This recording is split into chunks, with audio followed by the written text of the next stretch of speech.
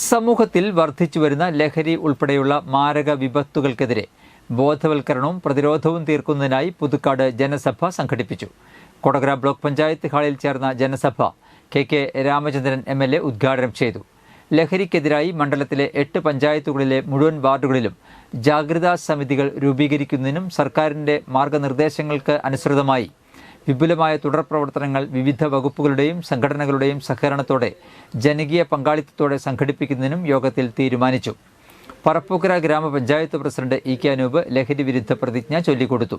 മണ്ഡലത്തിൽ വിപുലമായ രീതിയിൽ പ്രവർത്തനങ്ങൾ ജനസഭയുടെ നേതൃത്വത്തിൽ സംഘടിപ്പിക്കുന്നതിന് KK രാമചന്ദ്രൻ MLAയും ചെയർമാനും Kodakara block panchayat president KM ചന്ദ്രൻ കൺവീനറുമായി 251 അംഗ മണ്ഡലതല ജനറൽ കമ്മിറ്റിയെ തെരഞ്ഞെടുത്തു. Kodakara block panchayat president KM ചന്ദ്രൻ അധ്യക്ഷത വഹിച്ച ചടങ്ങിൽ ജില്ലാ പഞ്ചായത്ത് പ്രസിഡന്റ് VS പ്രിൻസ്, ജില്ലാ പോലീസ് മേധാവി rural B Krishnakumar, excise deputy commissioner V Subhash എന്നിവർ മുഖ്യപ്രഭാഷണം നടത്തി. പഞ്ചായത്ത് പ്രസിഡന്റുമാരായ EK Anoop, N Manoj, Kalapriya Suresh, K Rajeshwari, സുന്ദരി മോഹൻദാസ്, വിവിധ രാഷ്ട്രീയ പാർട്ടി പ്രതിനിധികളായ PK Sivaraman, PK Sekharan, Sudhan Karayil, Abdutty Haji, Raghavan Mulangadan, Davis Villadathukaran, യുവജന സംഘടനാ പ്രതിനിധികളായ KS Rosalraj, VN Aneesh, Prachodi Niketan principal doctor Binu P Chacko, library council പ്രതിനിധി P തങ്കം ടീച്ചർ, PTA പ്രതിനിധി സുനിൽ കൈതവളപ്പിൽ, വിദ്യാർത്ഥി പ്രതിനിധി സൂര്യ തുടങ്ങിയവർ സംസാരിച്ചു.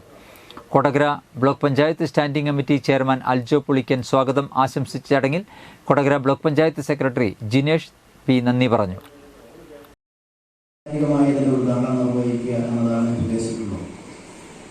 ഒന്ന്, ഇത് ജനകീയമാക്കണം. ഏറ്റവും പ്രധാനം നമ്മളിവിടെ മണ്ഡലം തലത്തിൽ പഞ്ചായത്ത് തലത്തിൽ വിളിച്ചുകൂട്ടി കുറെ ആളുകളുടെ ഇടയിൽ എത്തിയോട്ട് മാത്രം നിൽക്കില്ല. ഇതിൽ ഏറ്റവും പ്രധാനമായി പങ്കെടുക്കേണ്ടത് യുവാക്കളും വിദ്യാർത്ഥികളും തന്നെയാണ്.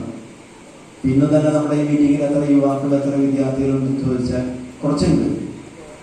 അതാണ് പ്രശ്നം. നമ്മുടെ മക്കളെയൊക്കെ വിളിച്ചിരുത്തി നല്ല രീതിയിൽ വിളിച്ചിരുത്തി പ്രഭാഷണം മാത്രം നടത്താൻ തീരുമാനിച്ച ഒരുപാട് പറയാം. മുഖ്യമായും ഇത് നടക്കണമെങ്കിൽ ഓരോ പ്രദേശത്തും അവിടെയുള്ള ഏത് രാഷ്ട്രീയ പാർട്ടിയിൽപ്പെട്ട ആളുകളായി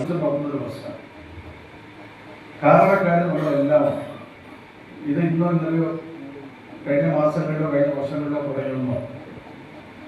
ചരിത്രം പരിശോധിച്ചാൽ പഞ്ചാബ് ഇന്ത്യയിൽ എങ്ങനെയായിരുന്നു, പിന്നെ എങ്ങനെയാണ് സമൃദ്ധമായ സംസ്ഥാനങ്ങൾ ദേശീയ ആളോഹരി വരുമാനം